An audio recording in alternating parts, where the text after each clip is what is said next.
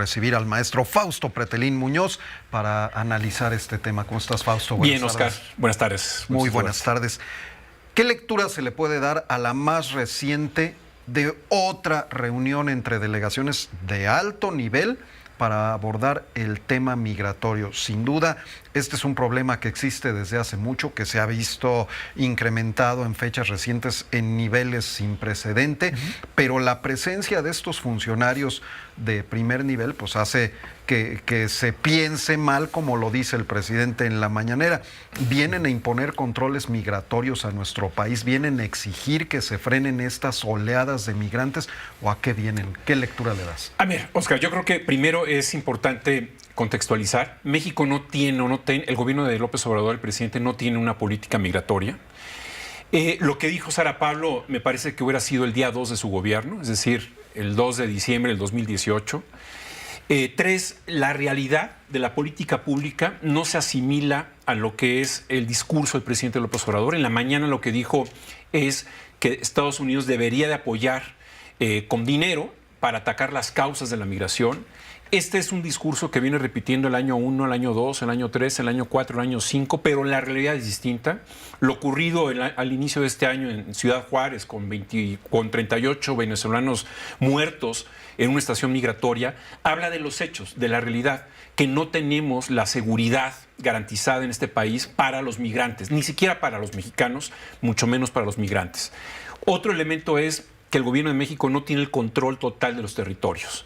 Esto es inseguro para los propios migrantes. Ahora bien, esto se concatena con las necesidades del presidente Biden. El presidente Biden viene en el inicio de una elección, un proceso electoral en Estados Unidos, en donde los republicanos lo están presionando mucho para que refuerce la seguridad y que pueda liberar la ayuda económica a Ucrania. Es decir, estamos en una triangulación, en un vértice, en donde tenemos que ver con Ucrania y al mismo tiempo con la seguridad de Estados Unidos. Entonces, yo creo que el gobierno de México lo que ha aceptado, es decir, el Quédate en México, que aceptó Marcelo Ebrard el 15 de noviembre del 2018, 2 semanas antes de que empezara el gobierno de López Obrador, de una manera también gratuita, es decir, se lo obsequió a Donald Trump, a Mike Pompeo, a cambio de nada, en donde Trump prometió que iba a dar dinero a Centroamérica, nunca dio dinero a Centroamérica, y después viene el título 42 posterior a la pandemia. Es decir, el título 42 lo que es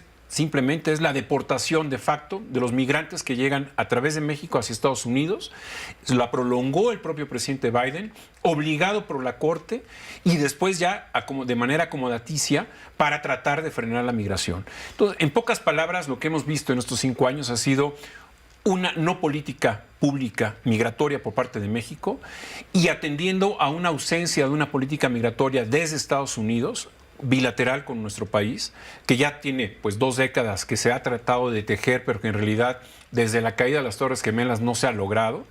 Y esto precisamente da como resultado la improvisación, este tipo de encuentros, en donde Ken Salazar, el embajador de Estados Unidos, parece que hace las veces del subsecretario para América del Norte, que por cierto ya no existe en la Secretaría de Relaciones Exteriores, y no es 28 de diciembre, el Día de los Inocentes, pero hace las veces de subsecretario, es decir, trata de negociar lo que le envía su jefe, que es Anthony Blinken, del Departamento de Estado, con lo que quiere el presidente de México. Hace de alguna manera esas triangulaciones. Tiene parte de razón el presidente cuando dice que hay mucho de electoral en estas caravanas, aunque él lo maneja como que se convoca a las personas para venir, para desestabilizar al gobierno, en fin. Y lo dice también uno de los líderes de esta caravana migrante. El asunto lo están utilizando políticamente los gobiernos de México y Estados Unidos porque están cerca de elecciones presidenciales y desde luego pues es un asunto que les conviene manejar ante la opinión pública.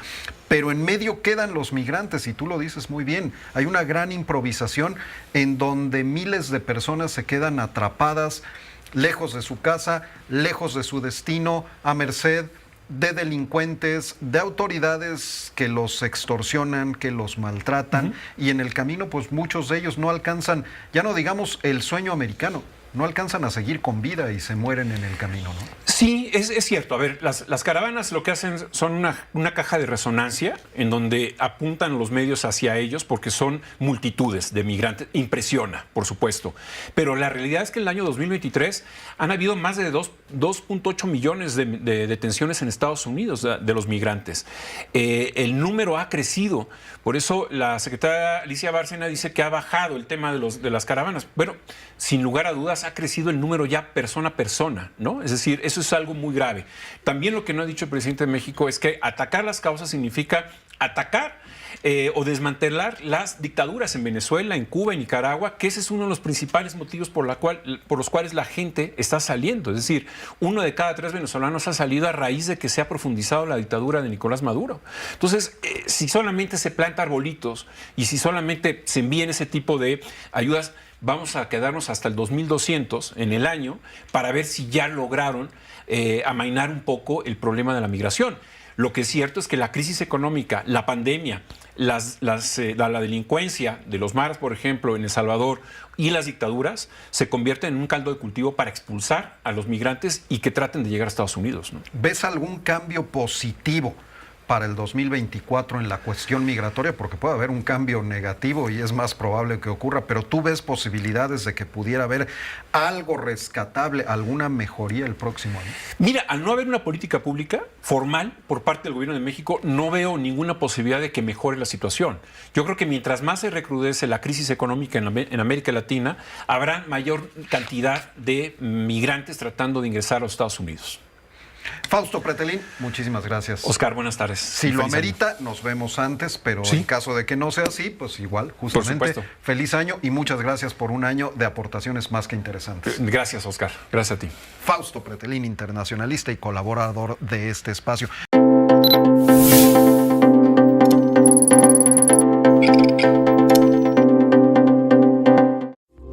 Esta fue una producción de Grupo Fórmula. Encuentra más contenido como este en radioformula.mx.